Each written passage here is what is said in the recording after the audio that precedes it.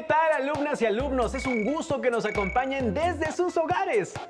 Estamos nuevamente en Aprende en Casa con un programa para Historia segundo grado. Deseamos que se encuentren bien y conviviendo con tranquilidad y paciencia. Les recordamos que es importante preparar papel y pluma para que anoten las ideas principales que vayan identificando, así como las preguntas que surjan. Al final de cada sesión podrán incorporar estos apuntes a su carpeta de experiencias para presentarla a sus docentes, compañeras y compañeros cuando llegue el momento de regresar a sus planteles escolares.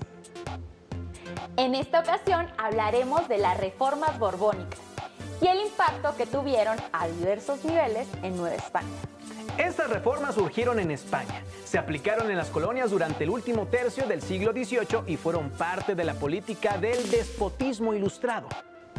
Su impulsor fue el rey Carlos III, quien encomendó a José de Gálvez implementarlas en Nueva España para reorganizar el virreinato, reforzar el dominio español y extraer más recursos. Observen con mucha atención el siguiente video para que se enteren cómo ocurrieron estos acontecimientos.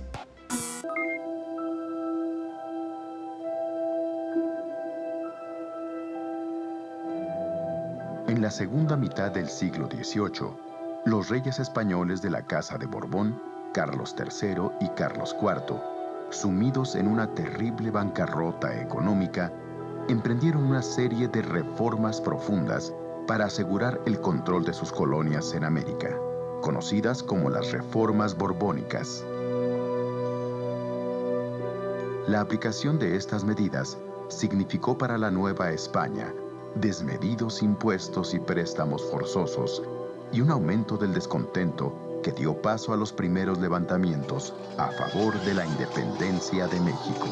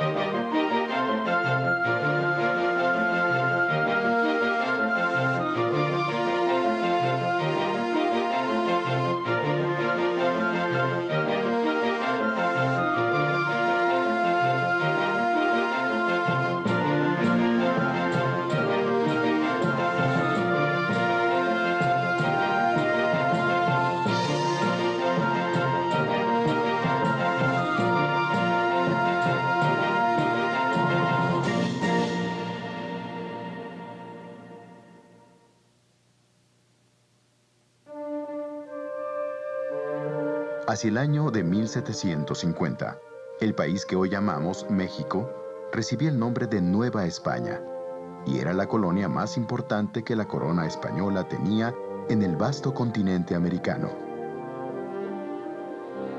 A diferencia de los siglos anteriores, su población indígena se estaba recuperando de la gran mortandad sufrida durante la primera etapa de la conquista española. Asimismo, después de más de 200 años de mestizaje, se había disuelto en buena medida la drástica distinción entre indios y españoles. Aunque las diferencias económicas entre un grupo y otro continuaban siendo evidentes.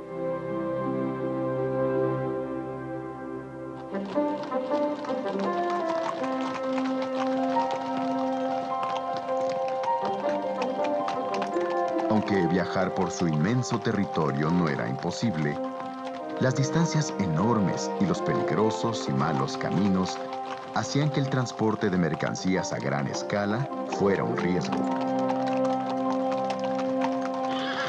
Solamente la plata y algunos productos de importación que llegaban desde Europa y otros lugares al puerto de Veracruz ofrecían a sus mercaderes la suficiente ganancia como para realizar viajes distantes. En general, la Nueva España era un conjunto de regiones en la cual cada una producía lo que necesitaba y el comercio se daba casi exclusivamente entre los pueblos más cercanos. La mayor autoridad civil de la colonia era el virrey.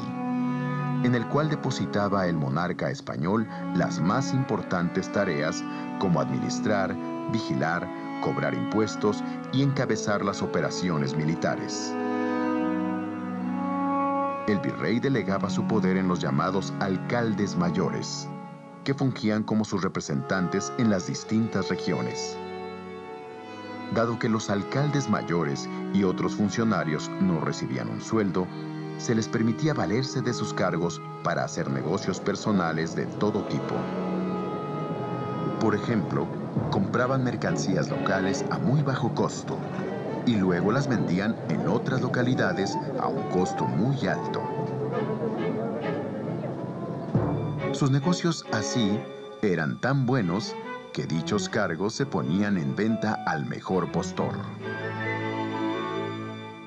Aunque los funcionarios virreinales estaban obligados a garantizar que el rey de España obtuviese íntegros los impuestos, rentas y otros tributos de la Nueva España, en la práctica, buena parte de estos recursos se repartían entre el propio virrey y sus funcionarios.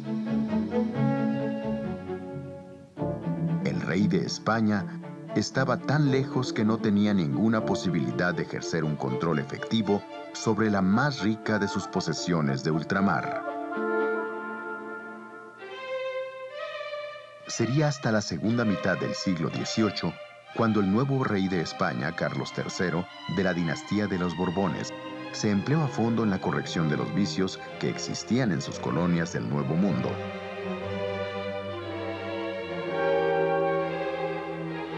Inspirados en las ideas del llamado despotismo ilustrado, igual que muchos reyes europeos, los Borbones cambiaron su forma de gobernar, construyendo un gobierno autoritario y eficiente, obsesionado con la idea de extraer cada vez más riquezas de los territorios bajo su dominio.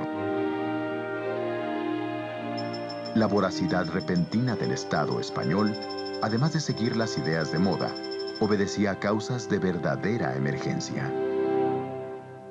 Debilitada por la contundente derrota en la llamada Guerra de los 7 Años, donde perdió el territorio de la Florida a manos de los ingleses, la corona española veía amenazadas el resto de sus posesiones coloniales. Además de los ingleses que en el Caribe ya habían invadido Cuba, también los indios apaches y los colonos europeos y estadounidenses en el norte de la Nueva España amenazaban con tomar posesión de territorios que la corona no podía defender cabalmente. Sacar dinero y recursos de donde fuese, y en el menor tiempo posible para fortalecer el imperio, serían desde entonces los propósitos más importantes de la política española en sus dominios de América. A estas políticas se les conocería como las reformas borbónicas.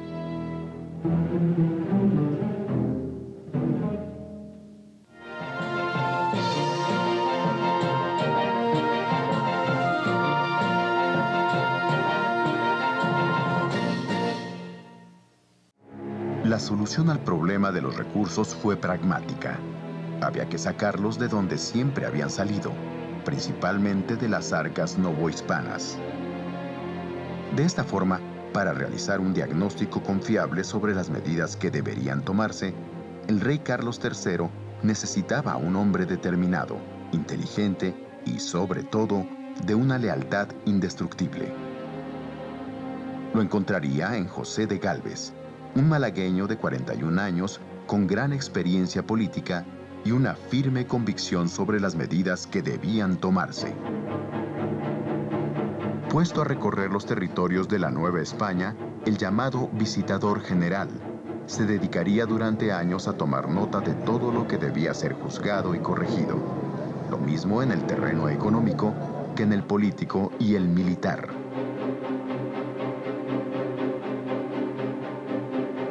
El visitador José de Gálvez encarnaría así la mano dura de las reformas borbónicas en todo el territorio colonial, tal como si fueran los ojos y el criterio mismo de su rey, Carlos III.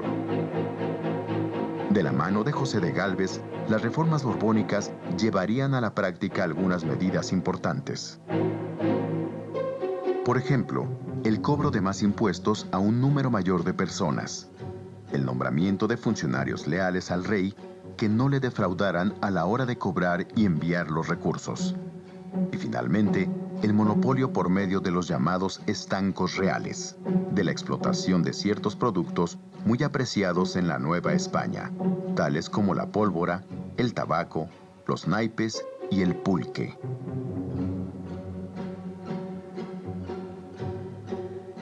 En cuanto a la plata, el principal producto de exportación, se mantuvo una política de apoyo a los mineros bajando los precios del azogue y la pólvora, materiales que eran necesarios para la producción de las minas. Con esta política proteccionista, la producción aumentó considerablemente junto con los ingresos reales. El tabaco, que tenía como principales consumidoras a las damas de todas las clases sociales, su producción y comercio, monopolizados por el rey, creció como nunca, de tal forma que se convirtió en el segundo mejor negocio de todo el territorio.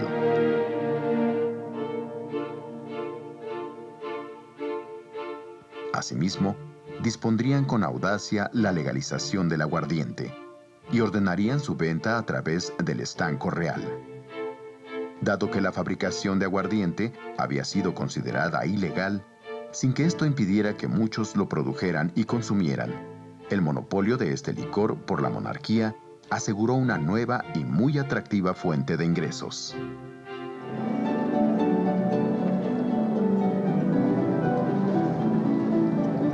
Los juegos de azar, las ferias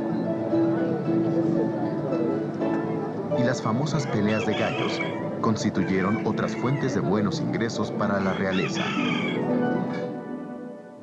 En una apertura inusitada de los puertos y fronteras, en lo que se llamó el comercio neutral, también se permitió que la Nueva España pudiera hacer negocios con algunos países que no estaban en guerra con la corona, dando como resultado el florecimiento de nuevos negocios.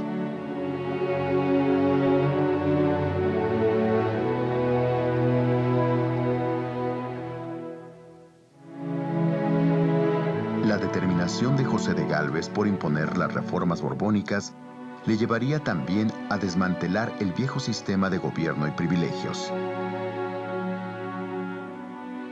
En el nuevo esquema gubernamental, el territorio novohispano se dividió en 12 grandes regiones llamadas intendencias reales, que dieron una nueva organización a la Nueva España. Para gobernarlas, se sustituyó a los antiguos alcaldes mayores por funcionarios que con el nombramiento de intendentes deberían tomar las decisiones más importantes en lo que tocaba a la economía, la justicia y la acción militar. A diferencia de los alcaldes mayores, los intendentes se encontraron sujetos a un sueldo fijo, debían obediencia estricta al monarca y estaban impedidos para lucrar por cuenta propia. Esta organización territorial, a pesar de que causó en un principio conflictos por la fijación de fronteras entre las intendencias, sirvió de base, tiempo después, para la conformación de los estados que hoy constituyen la República Mexicana.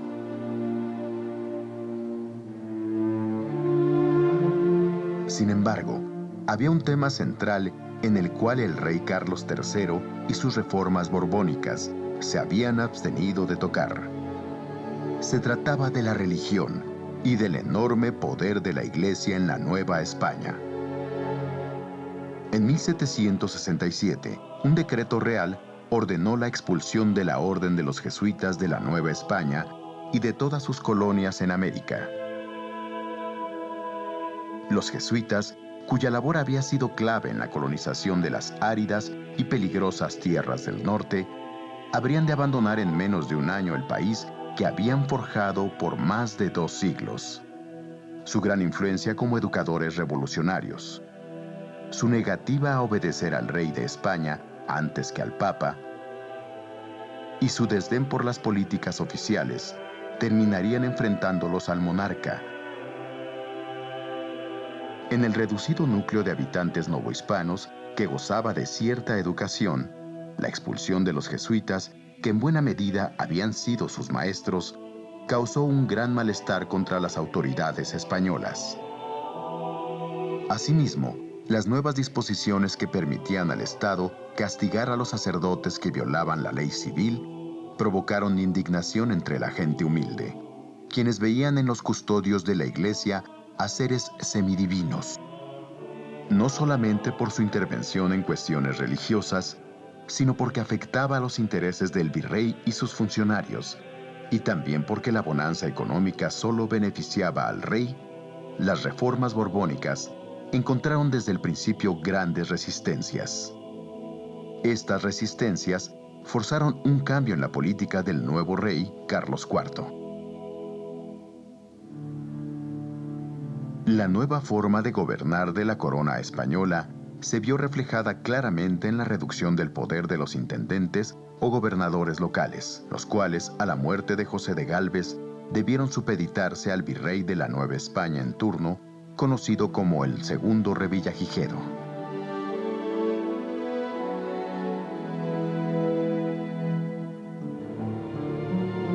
Para los primeros años del siglo XIX, podía decirse que el principal propósito de las reformas borbónicas en la Nueva España se había cumplido.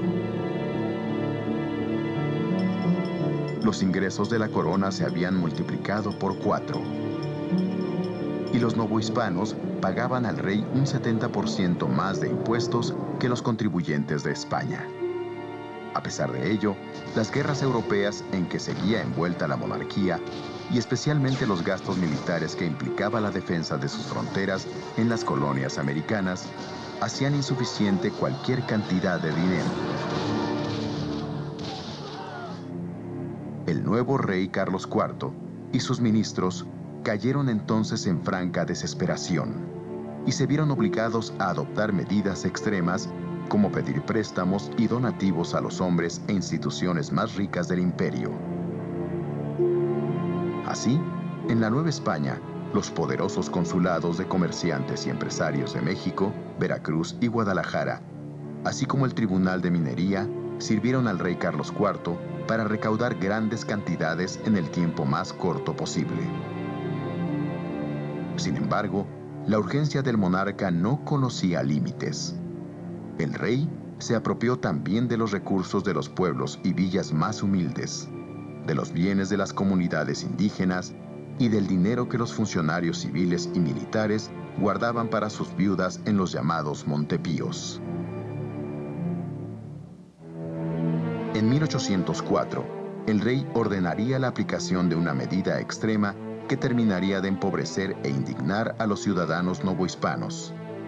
Mediante un decreto real, obligó entonces a la Iglesia a entregarle los recursos que tenía guardados en un fondo especial, compuesto por los pagos que muchos ricos y pobres le daban para que efectuara misas para la salvación de sus almas. Este ahorro, llamado de capellanías y obras pías, era normalmente usado por la Iglesia para financiar la actividad económica de muchas haciendas ganaderas, agrícolas y mineras. Combinado con una terrible época de sequías, hambre y gran mortandad indígena, el préstamo forzoso que el rey sacó de la Iglesia dejó a la Nueva España en una situación gravísima, propicia ya para el levantamiento armado.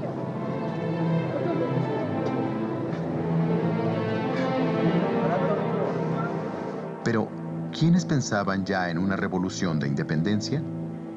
Durante el medio siglo de las reformas borbónicas, se había afirmado entre los criollos, o españoles nacidos en América, la convicción de pertenecer a un país distinto, con tradiciones y talentos propios, que necesitaba urgentemente darse un gobierno propio. La idea de evitar con la independencia el constante abuso de las autoridades españolas iría propagándose a lo largo y ancho del país. Irónicamente, el espíritu que animaba las reformas borbónicas, exaltación de la razón, del conocimiento y del antidogmatismo, contribuiría a la creación de un ambiente propicio para las ideas revolucionarias.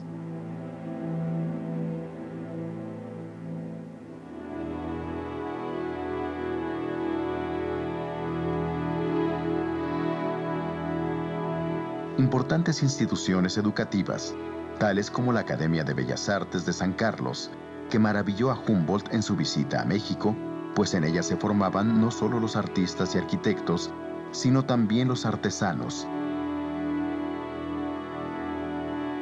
así como el Colegio de Minería, verdadera vanguardia de la ciencia y las técnicas.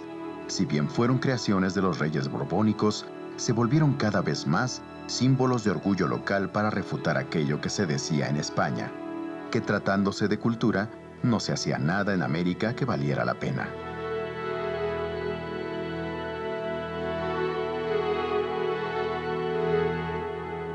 Aunque fuese un grupo reducido, los mestizos y criollos educados se dedicaron a leer libros de contrabando que contenían las ideas libertarias de las revoluciones francesa y norteamericana. Ante la preocupación creciente del Estado español, las palabras libertad, progreso y nación comenzaron a circular por todas partes. Muy pronto, los debates sobre la necesidad de mayores libertades y de independencia para los novohispanos se hicieron comunes.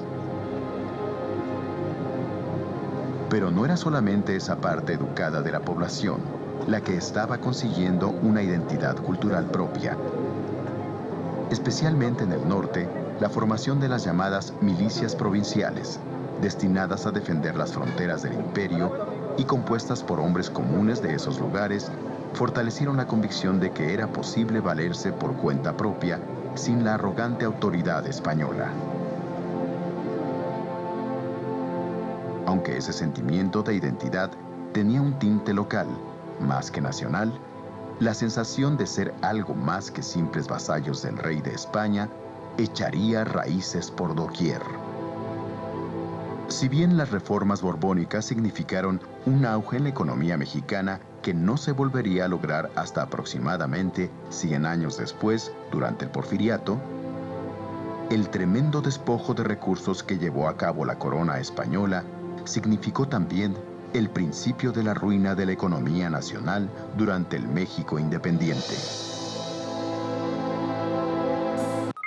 Como pudieron darse cuenta, el objetivo de las reformas borbónicas era reajustar la administración de las colonias españolas y recuperar su control.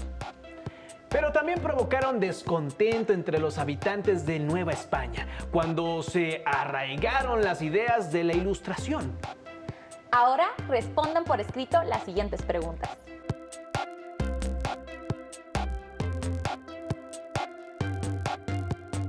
¿Creen que era necesaria la aplicación de todas esas reformas? ¿Por qué?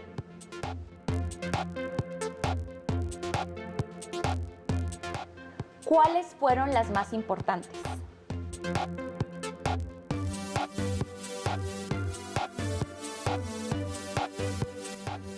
¿A qué sectores de la población afectaron más?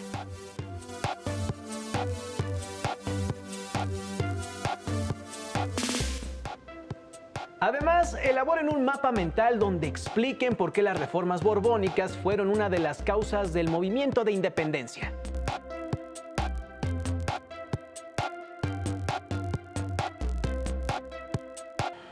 Recuerden guardar sus respuestas, el mapa mental y las demás anotaciones en su carpeta de experiencias. Si tienen oportunidad, sugerimos que lean la adaptación gráfica del texto Las Reformas Borbónicas de Luis Jáuregui. Hemos llegado al final de esta emisión, pero sigan sintonizando la programación de Aprende en Casa porque la educación nunca se detiene. ¡Hasta pronto!